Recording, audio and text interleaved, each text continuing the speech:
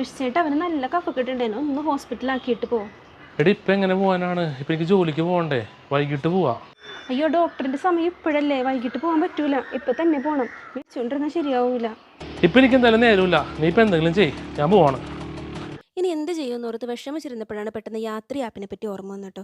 പെട്ടെന്ന് തന്നെ ഫോൺ എടുത്ത് ഞാനൊരു ക്യാബ് ബുക്ക് ചെയ്തു. അപ്പോൾ ഈ യാത്ര ആപ്പിലുണ്ടല്ലോ നമുക്ക് വളരെ അഫോർഡബിൾ ആയിട്ടുള്ള സർവീസാണ്, അതുപോലെ പെട്ടെന്ന് തന്നെ അവൈലബിൾ ആവുകയും ചെയ്യും. പോവാ ചേട്ടാ. ചേട്ടാ ആ ബസ് സ്റ്റോപ്പിൽ ഒന്ന് നിർത്തണം കേട്ടോ, വെറുതെ നിന്ന് സമയം കളയണ്ട, ഇങ്ങോട്ട് കയറി ഇതേതാണ് കാറ്?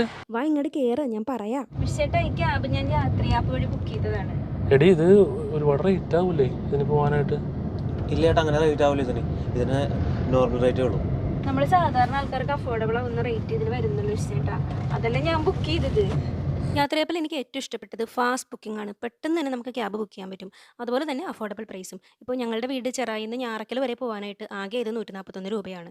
അതുപോലെ ഇനി ഡ്രൈവർമാരുടെ കേസ് പറയുകയാണെങ്കിലും നമ്മൾ അവർക്ക് കൊടുക്കുന്ന മുഴുവൻ പൈസയും ഒരു കമ്മീഷൻ പോലും പോകാതെ അവർക്ക് കിട്ടും. അതുകൊണ്ട് അവർക്കും കുറച്ചും കൂടെ ലാഭം എനിക്ക് തോന്നുന്നു യാത്രയാപ്പായിരിക്കും. ജിപേ ഇല്ലേ ചേട്ടാ? ആ, അപ്പോൾ ഇനി നിങ്ങൾ എവിടെയെങ്കിലും ക്യാബ് ബുക്ക് ചെയ്ത് പോകുന്നുണ്ടെങ്കിൽ യാത്ര ആപ്പ് ഒന്ന് ട്രൈ ചെയ്ത് നോക്കണം. നമുക്ക് വളരെ അഫോർഡബിൾ ആണ്, അതുപോലെ തന്നെ സേഫ് ആയിട്ടുള്ളൊരു ജേണി ആയിരിക്കും.